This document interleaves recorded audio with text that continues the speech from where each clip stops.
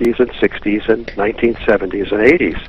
But now what we've seen ever since over the past 10 or 12 years and getting worse is a jet stream that is no longer approximates the shape of the United States-Canadian border, but now looks like a capital W in script. You can visualize a capital W superimposed on the map of the United States with the peaks of the W extending northward into Canada and the troughs of the W extending downward into Mexico and into the Gulf of Mexico.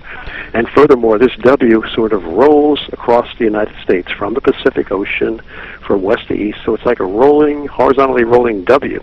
Now what that causes when on the vertical excursions of the W, that is the vertex, the inner vertex, the leading edge of that jet stream, when it crosses, let's say it crosses the Midwestern United States around the Mississippi River, all the areas around there are going to be subject to severe weather conditions, because what you have is inside the trough of the W is cold air being pulled down from Canada, and in the vertex of the W, in the center, warm air is sucked up from the Gulf of Mexico. So now you have warm, moist air sucked up to clash directly with cold air being pulled down from Canada. And when it's like cold water being poured into a hot, sizzling frying pan, you get all kinds of spattering and violent reactions. Warm air is sucked, brought up, collides with the cold air. Because it's warm, the cold air drops down, it's much more dense. The warm air rises very high in the atmosphere where it's instantly frozen, and you get hailstones. This is, in many cases, I've got this videotape from the Weather Channel. Hailstones the size of baseballs and even the size of softballs. And people get killed by hailstones that large. That's been happening, and it never used to happen before. Now it happens quite often. I see cars demolished on the Weather Channel from these huge hailstones. Houses, too. Roofs battered. And, speaking about survival, we need to talk about the survival. We probably don't have the time now, but next time we get on, we should talk about how to protect your roof from hailstones that would literally smash your shingles and cut into your roof, into the plywood sheeting, and compromise the integrity of your house so that the rain would come in and your house would be severely damaged. We got to I'm thinking about ways to put some kind of a copper something on the roof, or some kind of screen, like a chicken wire screen over the top of it that would break the impact of these hailstones, so they would not damage the roof. Go ahead, Sheldon. Well, I was going to interject by going back to the flooding that we're witnessing. There's these places over in Asia that are actually starting to relocate their populations because of the flooding. I just reading that over in Bangkok in Thailand, the capital is considering moving to higher ground right now. Wow, that's an entire city. Whole areas of the country are moving. And the Weather Channel reported that Honda, if you own a Honda, it's going to be very difficult to get parts for that Honda, because a lot of the manufacturing plants are in that area of Thailand that was stricken with great floods. Well, this is also going on in Malaysia and the Philippines and Indonesia. That whole area appears to be sinking at this point. Yeah, you're right. There's a tectonic plate. I think Nancy Lieder was talking about that in some of her newsletters about the tectonic plates out in Asia that are beginning to buckle, and as a result, as you say, Bill, land masses are beginning to sink. Mm-hmm. And I just read a report that another report that we're having seabeds shifting now and out in their depth, buckling. This is another thing a lot of people aren't aware of when it comes to what happened out there in the Gulf of Mexico with the so-called BP oil spill. That was not corporate stupidity. What actually happened was, John has a friend. He'll share this with you here in a second. But the elites knew that Planet X was going to cause these Earth changes to get more severe, so they decided to take advantage of the fact that it is getting closer and tap into an undersea oil volcano in the Gulf of Mexico. Now, they've discovered that they're getting a lot more oil out of that undersea oil volcano than they anticipated, so they're having to spray Corexit to conceal all the fissures that are opened up on the seabed from them tapping into that volcano. And there was a whistleblower that decided to leak it out on mainstream that the actual point of rupture is a lot bigger in a different location, and he ended up getting murdered. He died in his bathtub, his hot tub at home. His name was Matthew Simmons. Right, Matthew Simmons. You could see that interview that Matthew Simmons gave on the Terrence Radican, I think his first name is Terrence, on Fox News, Radican show. Yep. during the days where we were shown that undersea webcam of the so-called leaking BP oil well at the bottom of the Gulf of Mexico, during those days, Matthew Simmons, a high-level oil industry executive and a man who would be highly credible, again, when a highly credible person starts to become a whistleblower, that's when they tend to execute people like that.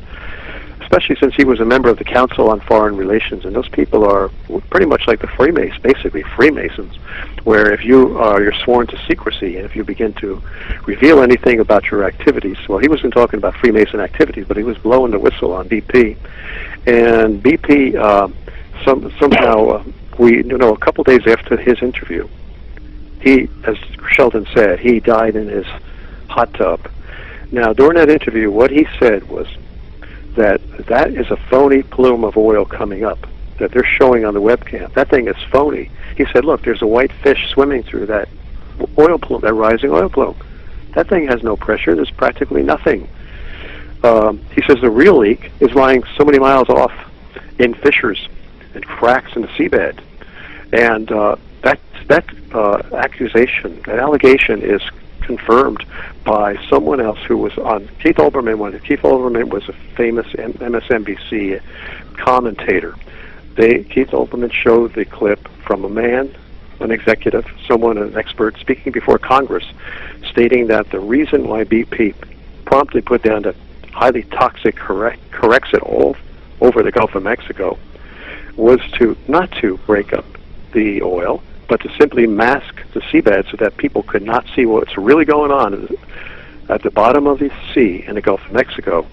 And all these people that have been getting sick from this incident, it's just collateral damage is what it is, like the chemtrail spray. And the real reason they're doing that is to shield us from the radiation that this brown dwarf star is emitting as it comes in. So they always have all these cover stories in place for the alternative research community, the so-called truth movement. That way, nobody ever knows what's going on. Yeah, you're right. That's a whole different story, but that's very close to, in parallel to what we're talking about here. Is what you're saying is, and I've suspected this. I'm one of the few people who really believed. I know the chemtrails are harming us, and I believe that they're getting the power elite are getting some mileage out of injuring the population. We know that's their plan, to decimate the population, debilitate and decimate the population, so that they'll have a weakened rebellion or a lesser rebellion against them.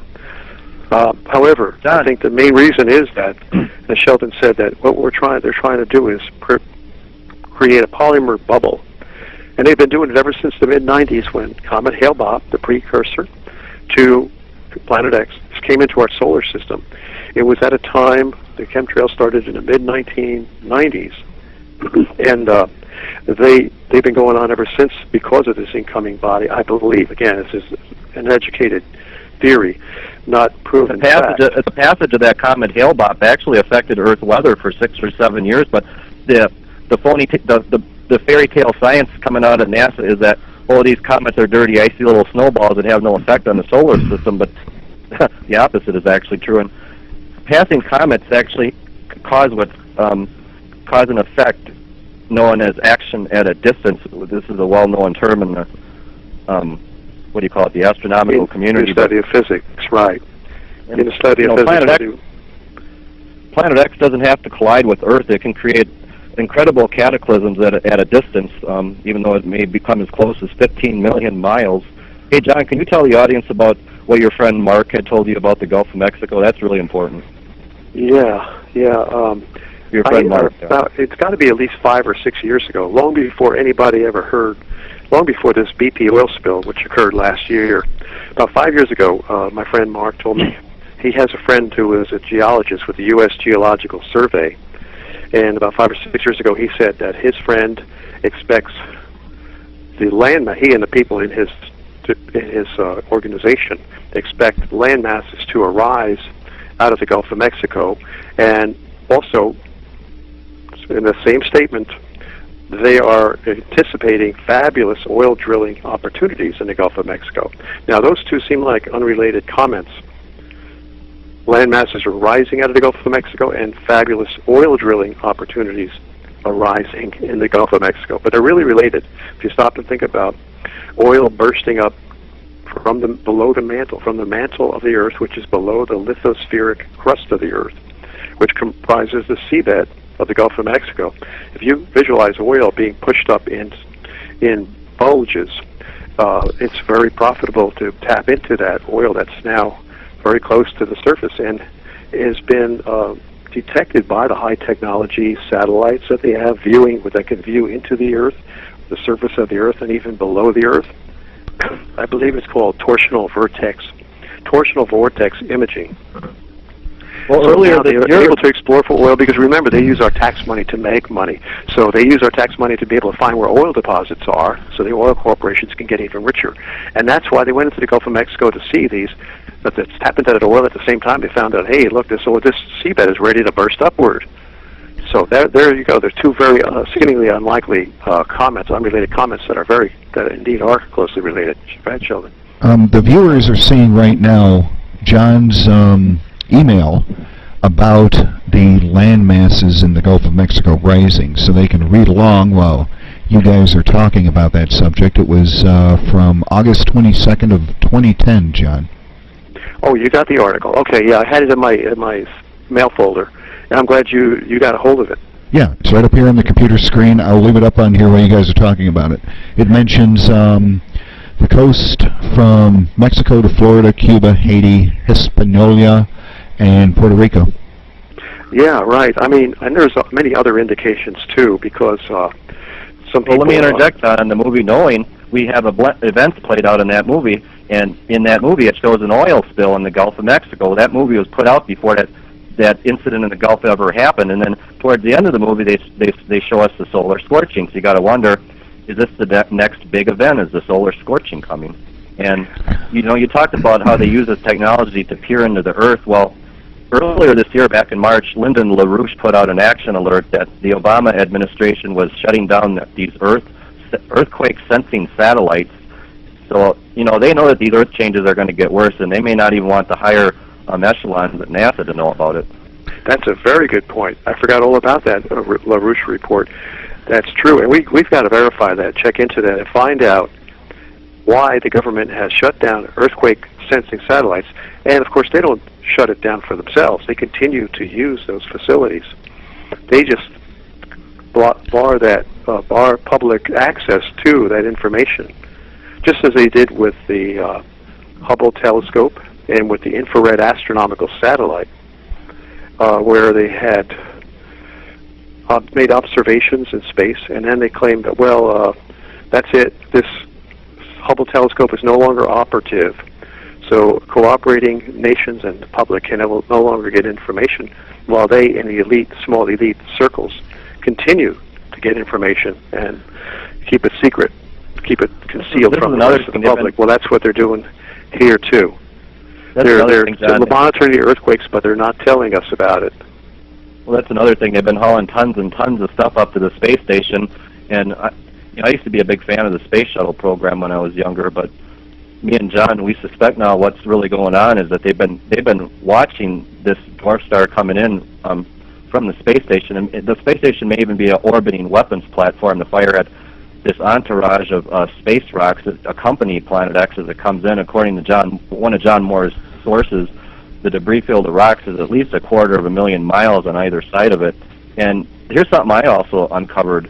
Nobody else in the Planet X community has talked about this, but they're moving all these agencies out to higher ground in Colorado, like the CIA moved out there, and now I just found out Aero Electronics and Pullman Camping have moved out there, and then you got the Denver airport. Yep. And they're still working on that airport 17 or 19 years after ground was broken.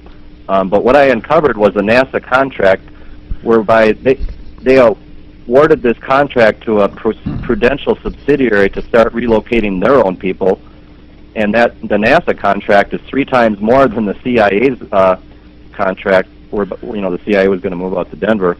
So, and then a few months ago, we had the administrator of NASA, Charles Bolden, warn his employees to always be prepared for natural disasters. So you connect all these dots together, and it really makes sense that they know something big is coming. Well, you can find that. You can find that video on YouTube. All you have to do is search for the NASA emergency to, I believe it's employees' video.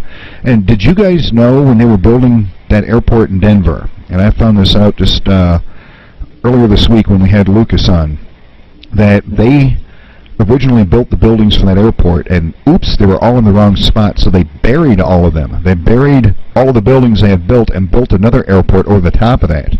And also, interestingly enough, at the end of the True TV episode that Jesse Ventura did, him and Jay Widener were riding in a car outside the perimeter of that airport, and it showed these long rectangular concrete tunnels. And, well, Ventura asked Jay Widener, what are they doing with those? And Jay Widener said they're getting ready for the end of the world. Yeah, I remember that episode. And also, out at that airport, I think it's up to over 100 aircraft now. The windshields on them are shattering from low-level sound. Well, you know, low-level what? Low-level sound? Yes, from low-frequency sound. Just at the Denver airport? Just at the Denver airport, over 75 planes. Wow, so they are generating something underground there that's sonic, that's emanating up through the ground. Yeah. Wow, that's amazing. Well, I found that out last week. That's amazing. Just last week, we got to look into that and find out what that is. They're probably, if we thought about it, got some engineers on this, we could probably surmise what that low-frequency sound would be. It could be construction activities, but also, you know, that leads me to suspect, and this is only in my immediate suspicion, because I really haven't had a chance to look into it.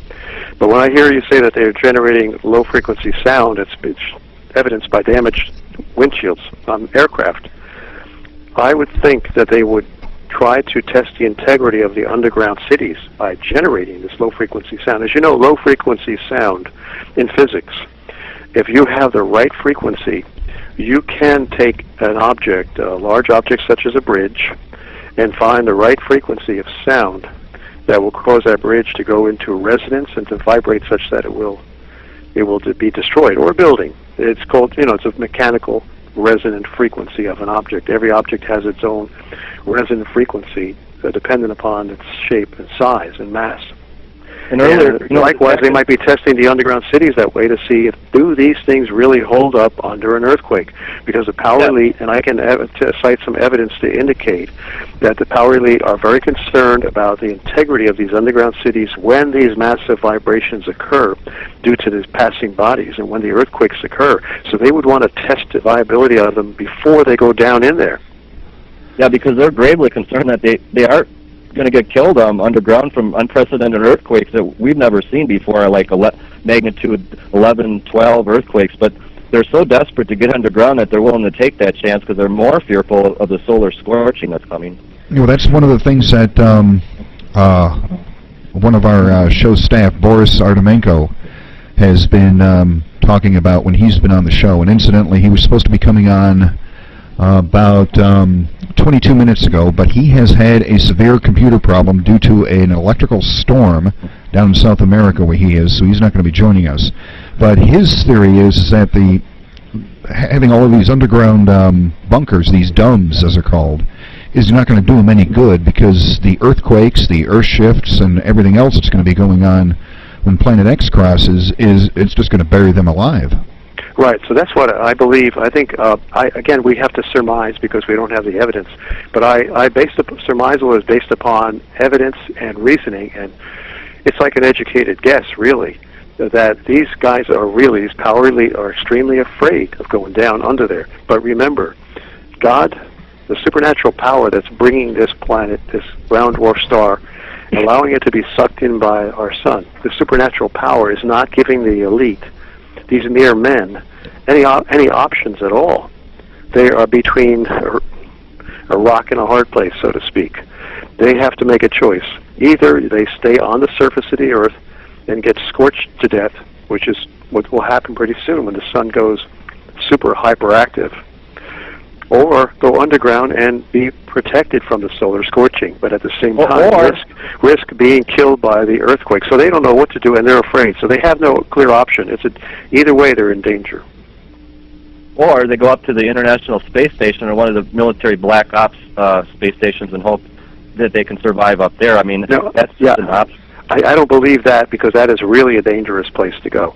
Now, the International Space Station, I've been saying for a long time, has to be a weapons platform for shooting down these incoming asteroids. And certainly I give them credit for doing that, because they want to protect the very same Earth that we are on. They're on also, and they want to protect Earth from being struck by these asteroids, which would be, of course, devastating. So I'm glad, whether they keep it secret or not, I guess it's good that they keep it secret, that the International Space Station has been converted to a weapons platform for shooting down asteroids and meteors.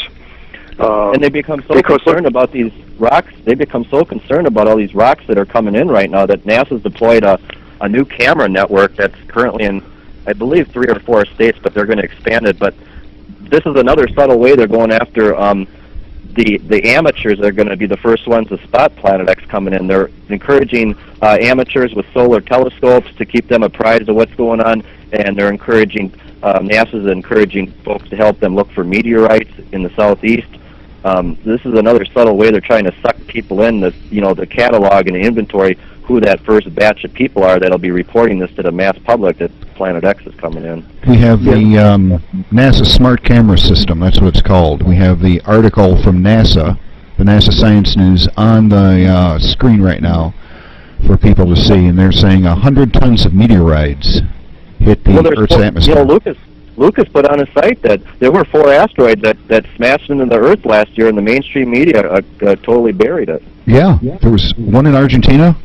That big natural gas blast that happened out west, he thinks that was a asteroid strike. Yeah, I disagree with that, and I'll get into that later. We could talk about that later, but that was earthquake related, and I checked into it.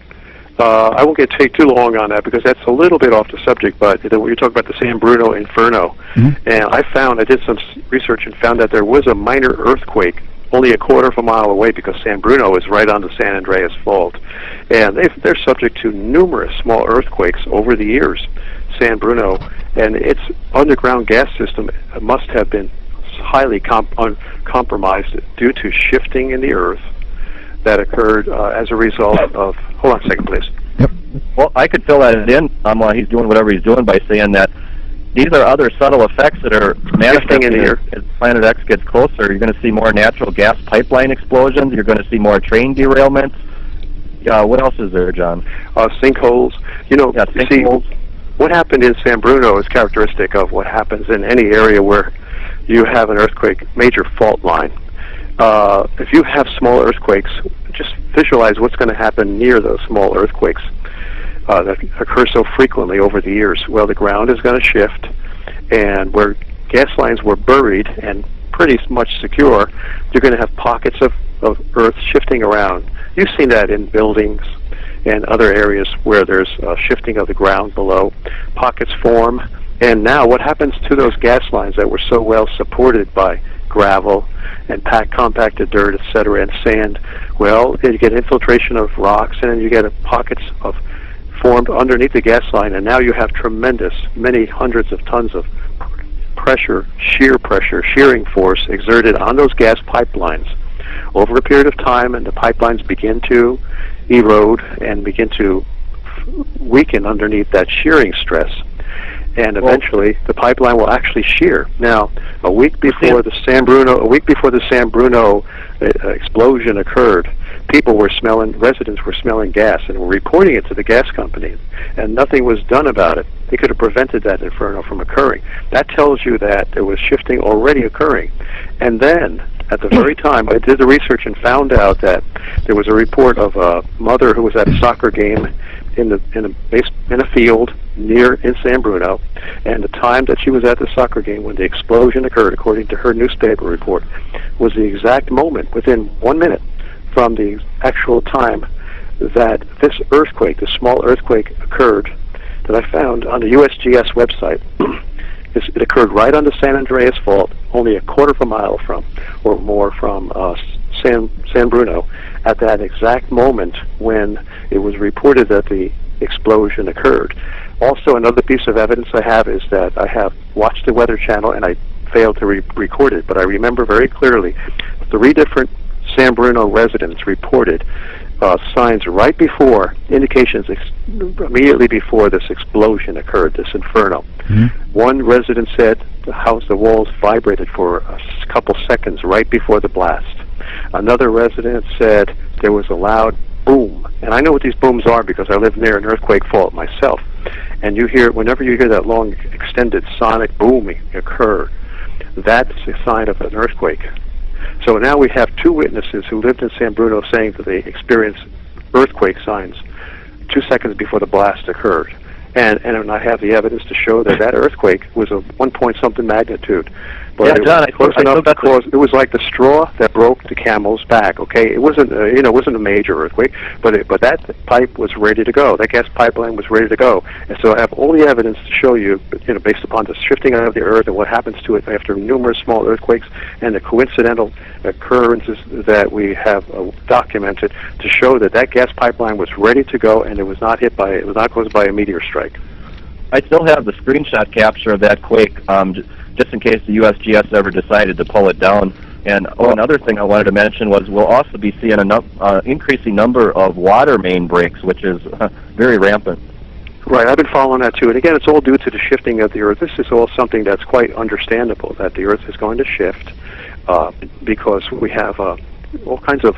What we have is the heating of the Earth's mostly molten iron core. And you can liken this to a soft-boiled egg, where in the yolk, the soft yolk of the egg, might be compared to the mostly molten iron core of the Earth, and then the hardened or gelatinous egg white surrounding the yolk might be likened to the mantle of the Earth, which is molten rock and metal mixed.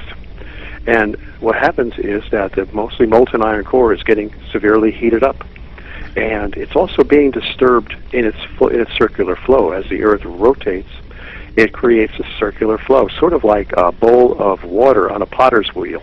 If you took a clay bowl filled with water and put it on a potter's wheel, normally as long as that potter's wheel is stable and it's rotating smoothly, the water inside the bowl will also swirl around smoothly with a dip in the center, and it's okay. But as soon as that potter's wheel is jarred, when it's caused to move a little bit, it will cause the water inside to begin to slosh around and produce waves.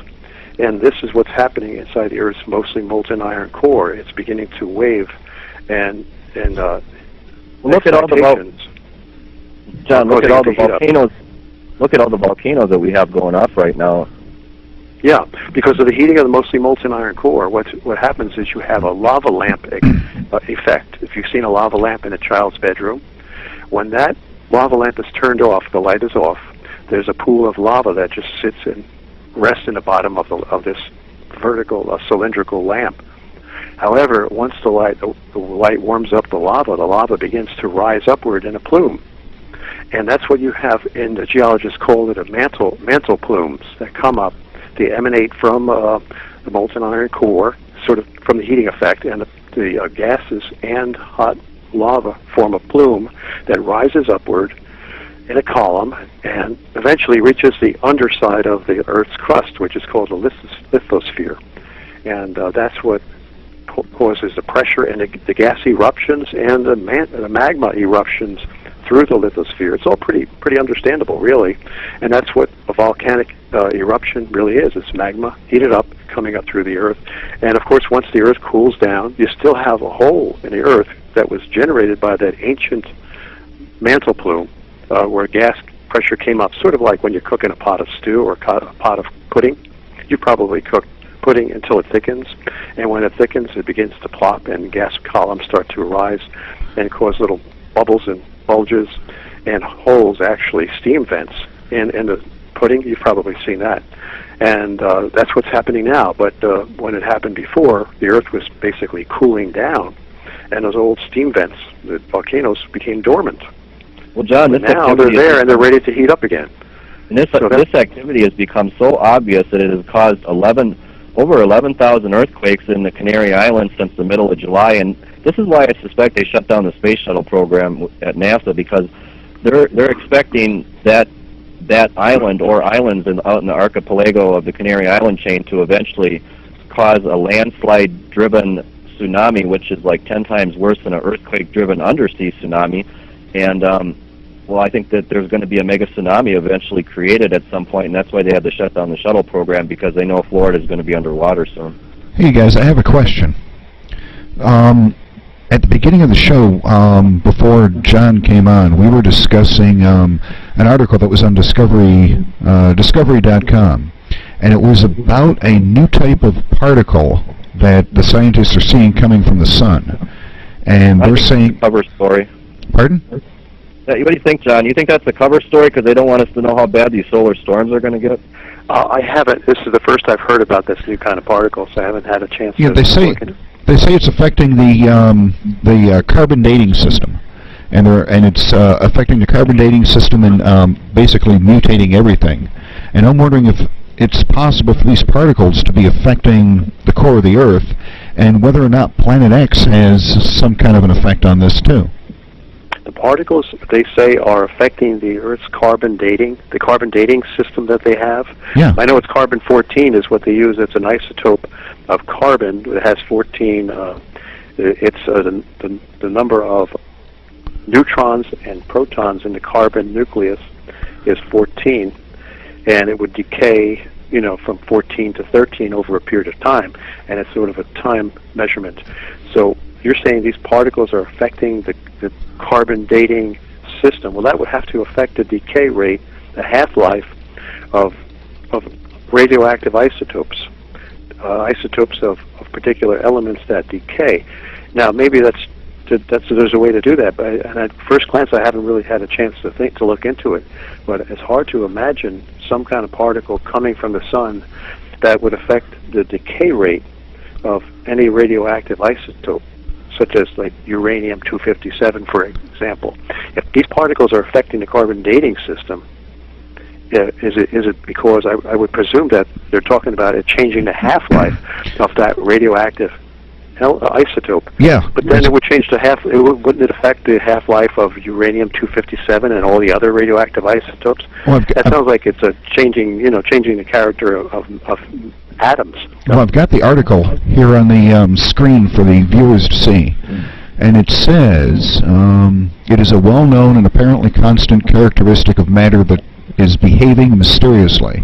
This is exactly what's been noticed in recent years. Decay rates of radioactive elements are changing. This is especially mysterious as we are talking about elements with constant decay rates. These values are not supposed to change. And this has come up by researchers at Stanford and Purdue University. Well, yes, that's amazing. I would never, they can't figure it out, and I can't either. Why would the half-life of a radioactive isotope, meaning, why would it change? Why would that decay rate change? I mean, it takes so long it takes a known period of time for that atom to kick out one of its neutrons.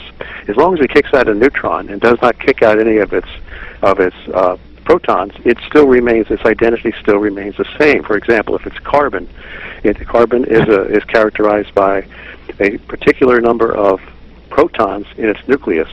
Even if there can be a variable number of neutrons in the nucleus, as long as it has that specific number of protons in its nucleus, it's still identified as carbon, or uranium, same thing, a specific number of protons. Now, it's going to kick out a neutron at a particular interval of time, a specific, well-known, predictable period of time.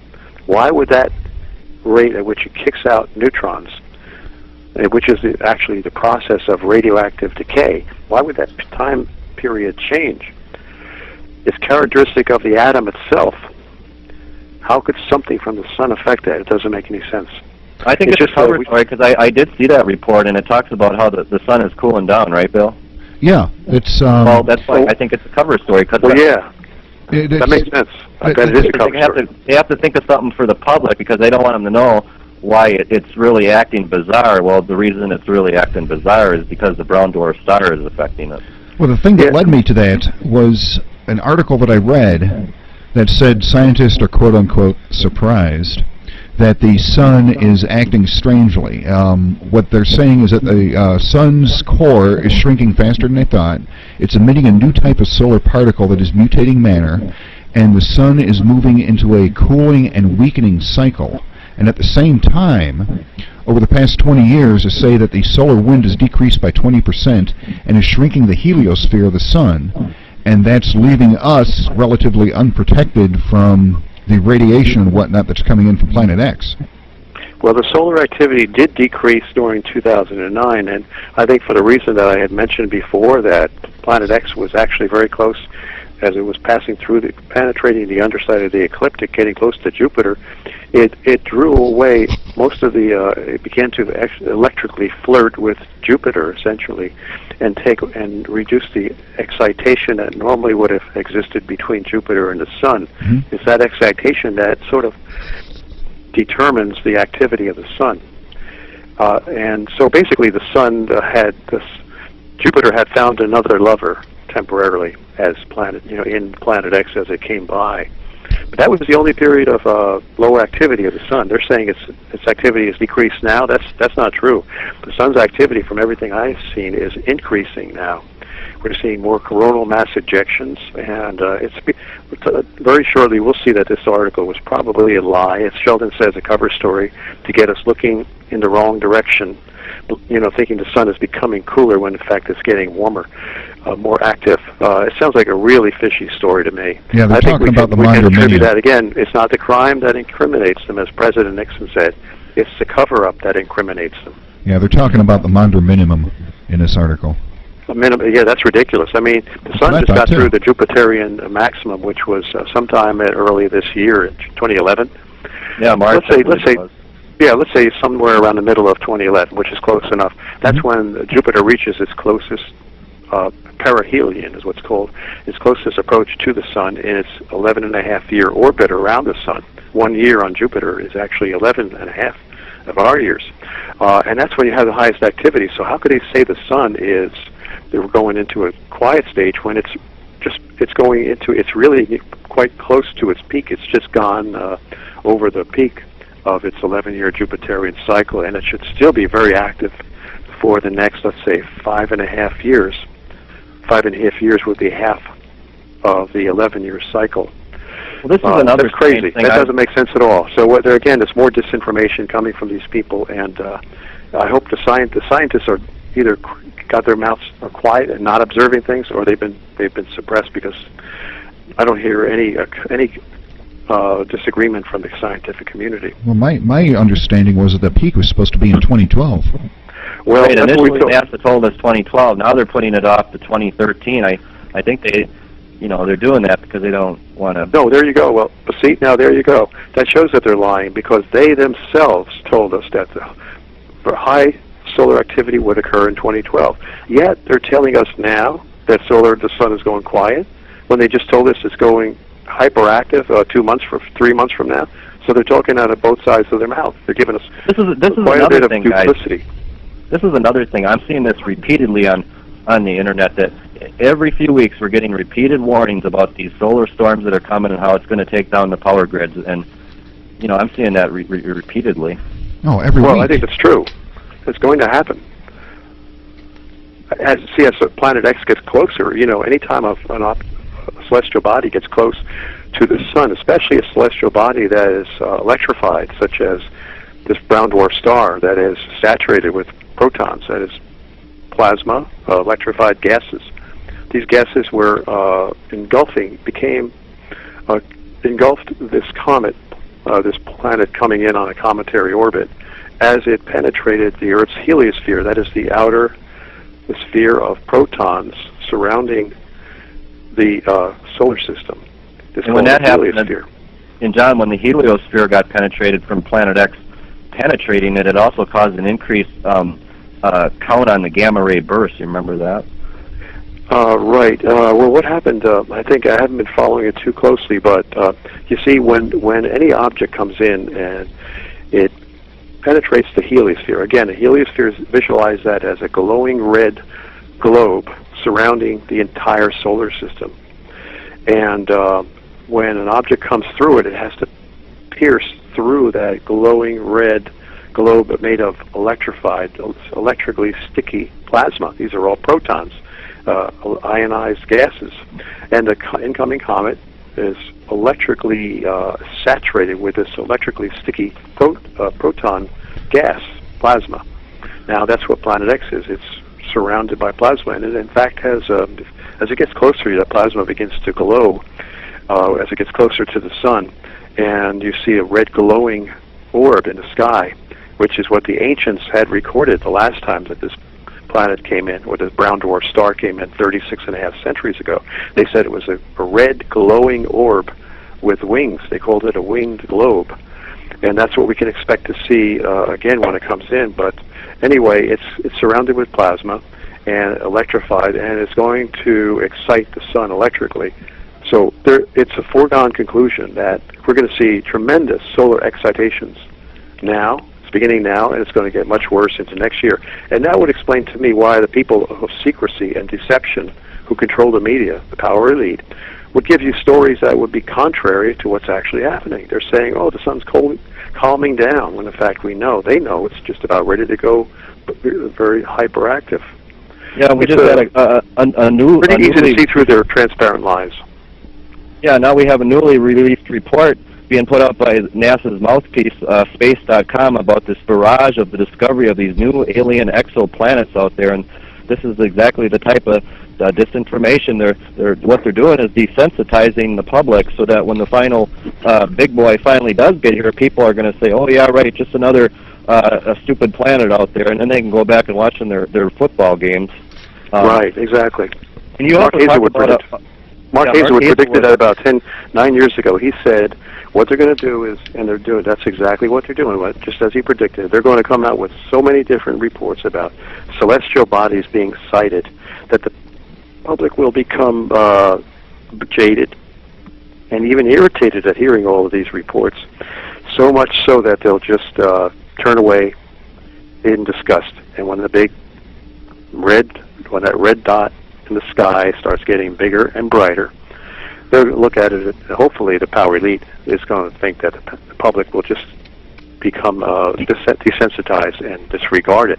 But I don't think they will, because it'll become so prominent at a certain point. And the elite know this. They know that they can only keep us off guard and distracted for a limited period of time. They know that their plan of deception can only be partially effective, and they're fighting a losing battle. They're just trying to buy time. Trying to go underground because they're going to be crushed under there. They know that. They're fighting a losing battle, keeping the public distracted. They're just trying to buy time is all they're doing. That's right, exactly. And you know, John, yeah, they are desperate. You know, that red dot in the sky you were talking about, not only is a symbolism for that shown on the Chrysler car logo, but they'll also throw it in during the middle of a wrestling show, which they did earlier this year on that Sci-Fi SmackDown World Wrestling Federation show. They just threw that in. And then they had to say, how did they portray it? Well, it was about halfway through the wrestling show, and they mentioned, they just threw it in out of the middle of nowhere about Nibiru. Oh, they did? I mean, they actually stated, they came out with a statement in the middle of the wrestling match that some kind of Nibiru was coming in or something? Yeah, they were trying to portray the wrestling people on the show, you know, as these Greek goddesses or something. And they just threw in somebody was getting wrestled, and they say, Planet X, Nibiru. Oh, I see. I understand. Yeah, they were trying to turn it into some ridiculous concept. And they've done this in the past. In fact, you know, way back in 2002, I believe it was, when there was a lot of talk about Planet X coming in, but it really didn't. It came in, you know, it was has been much delayed. But there was a lot of public hysteria beginning to build up in anticipation of this planet coming in. And what they did on the David Letterman show was they had a whole spoof on Planet X. It was really ridiculous. A friend of mine told me that he had seen it. I didn't see it. But then I went to the David Letterman show website, and I got all the information about this particular. It was just a one-night thing where they ridiculed the concept of Planet X. And you're going to get more of that right now, more ridiculing of it. Again, as President Nixon had said, it's not the crime that incriminates them, it's the cover-up that incriminates them when they try to cover up the crime. There's been a cover-up too. There's so many, I don't know how many we could recount, but there was a spokesman for NASA, and you can find him on YouTube. I forget his name. Oh, I hate that guy. he says, oh, you probably can remember what it was. We can look it up. He says, people are talking about this Nibiru or Planet X. Well, if it were coming in, we would have seen it by now. Well, first of all, they did see it. Secondly, it's not visible except with infrared instruments, infrared telescopes, because right now it's emitting infrared light. It hasn't gotten close enough to actually light up, to emit light from the visible spectrum, but it will when it gets closer to the sun. So that was a big lie right there. NASA's had an internal project tracking it. There's an astronomical planetary report put out, I believe, in 1991. I mean, this guy discrediting it. I guess he forgets about the internal NASA project. You know, it's been well known by the astronomical community that Planet X has been a reality for, what, 110 years, John? Yeah, I mean, if you look, in fact, let me read this article to you. This is very important to read now.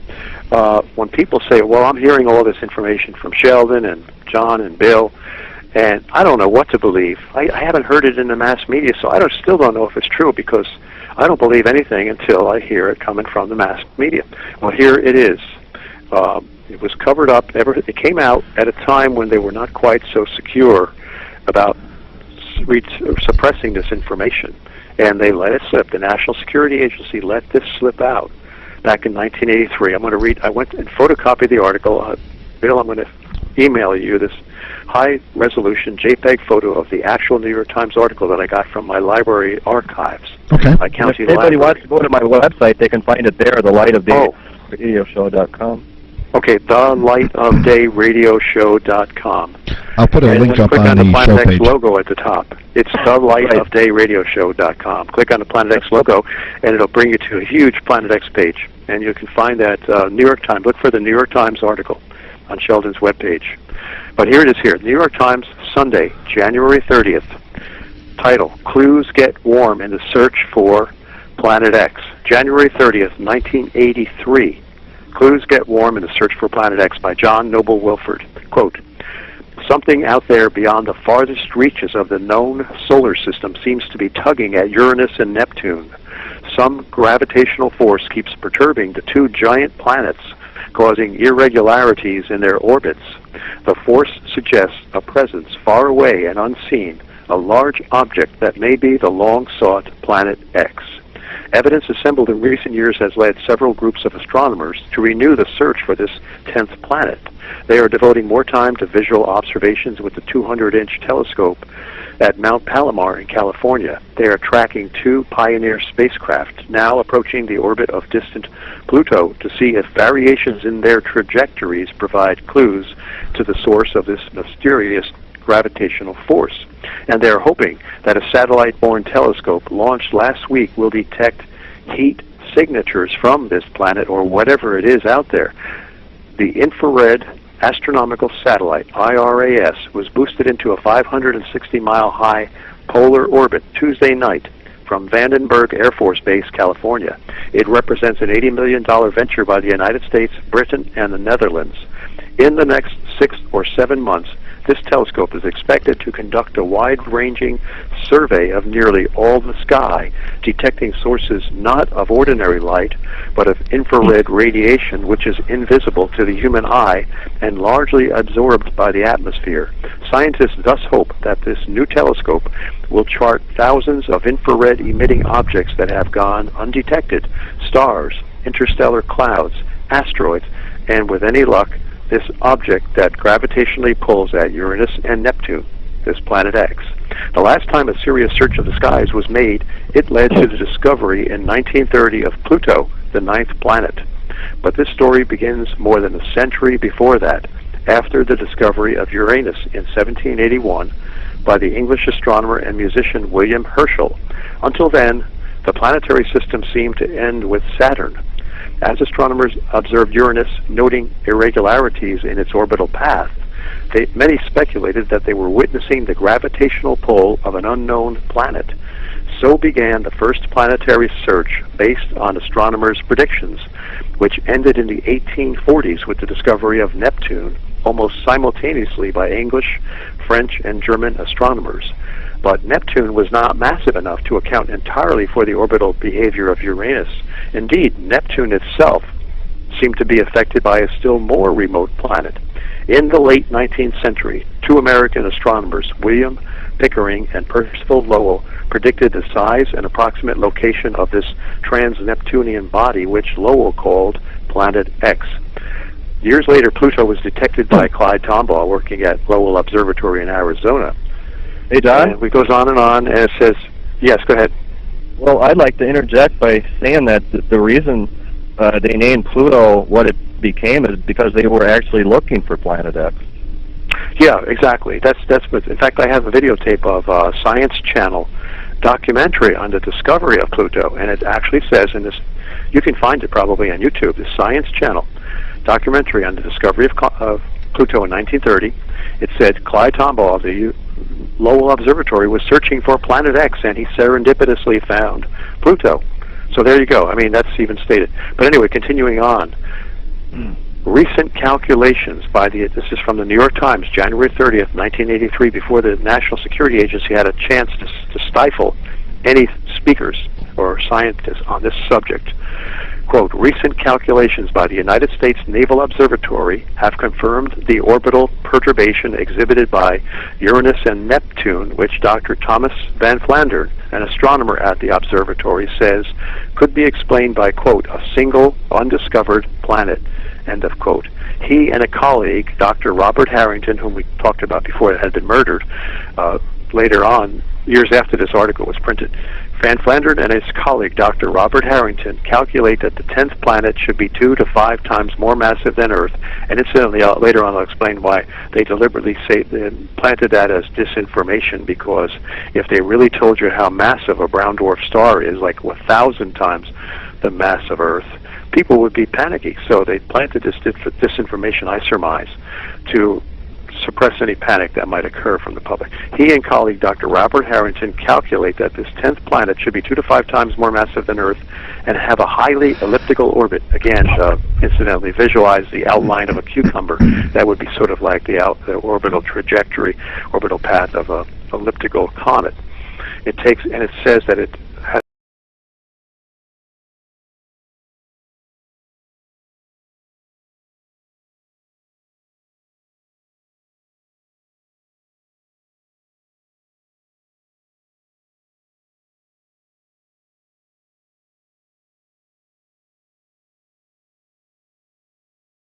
and 60s and 1970s and 80s.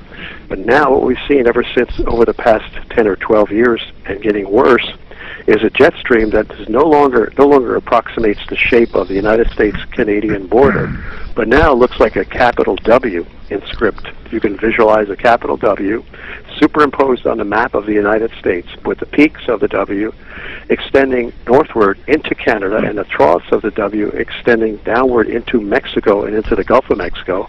And furthermore, this W sort of rolls across the United States from the Pacific Ocean from west to east, so it's like a horizontally rolling W.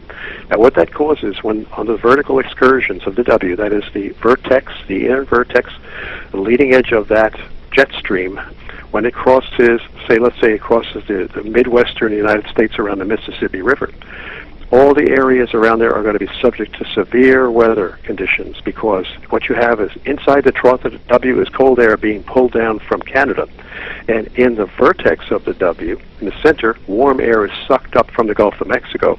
So now you have warm, moist air sucked up to clash directly with cold air being pulled down from Canada. And when it's like cold water being poured into a hot, sizzling frying pan, you get all kinds of spattering and violent reactions.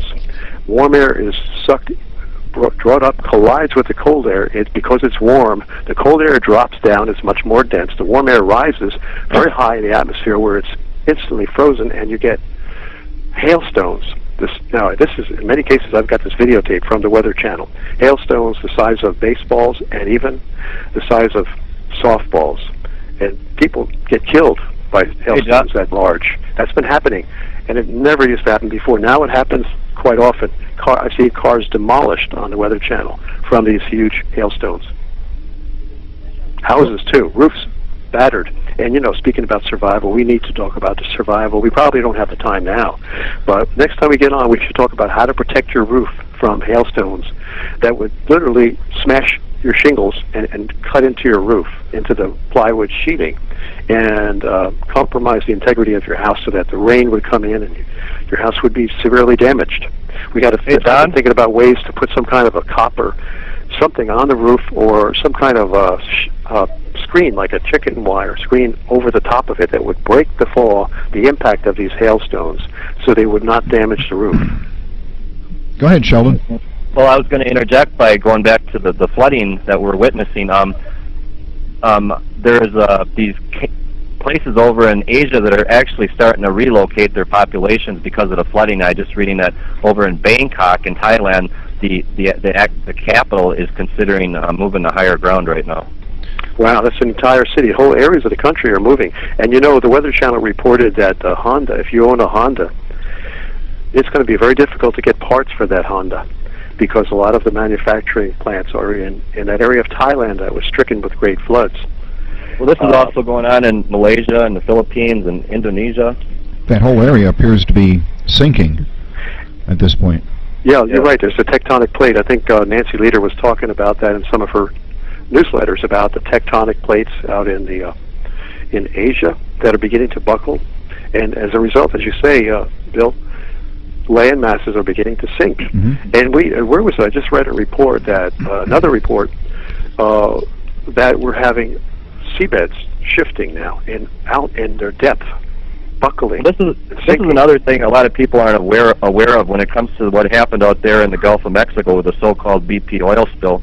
That was not corporate stupidity. What actually happened was, John has a friend. He'll share this with you here in a second. But the elites knew that Planet X was going to cause these Earth changes to get more severe, so they decided to take advantage of the fact that it is getting closer and tap into an undersea oil volcano in the Gulf of Mexico. Now, they've discovered that they're getting a lot more oil out of that undersea oil volcano than they anticipated, so they're having to spray Corexit to conceal all the fissures that are opened up on the seabed from them tapping into that volcano. And there was a whistleblower that decided to leak it out on mainstream that the actual point of rupture is a lot bigger in a different location, and he ended up getting murdered. He died in his bathtub, his hot tub at home. His name was Matthew Simmons. Right, Matthew Simmons. You could see that interview that Matthew Simmons gave on the Terrence Rattigan, I think his first name is Terrence, on Fox News, Rattigan show. Yep. During the days where we were shown that undersea webcam of the so-called leaking BP oil well at the bottom of the Gulf of Mexico, during those days, Matthew Simmons, a high-level oil industry executive and a man who would be highly credible, again, when a highly credible person starts to become a whistleblower, that's when they tend to execute people like that. Especially since he was a member of the Council on Foreign Relations, and those people are pretty much like the Freemasons, basically Freemasons, where if you're sworn to secrecy, and if you begin to reveal anything about your activities, well, he wasn't talking about Freemason activities, but he was blowing the whistle on BP, and BP somehow a couple days after his interview, he, as Sheldon said, he died in his hot tub. Now, during that interview, what he said was that is a phony plume of oil coming up that they're showing on the webcam. That thing is phony. He said, look, there's a white fish swimming through that oil plume, that rising oil plume. That thing has no pressure. There's practically nothing. He says the real leak is lying so many miles off in fissures and cracks in the seabed. And that accusation, that allegation is confirmed by someone else who was on Keith Olbermann. Keith Olbermann was a famous MSNBC commentator.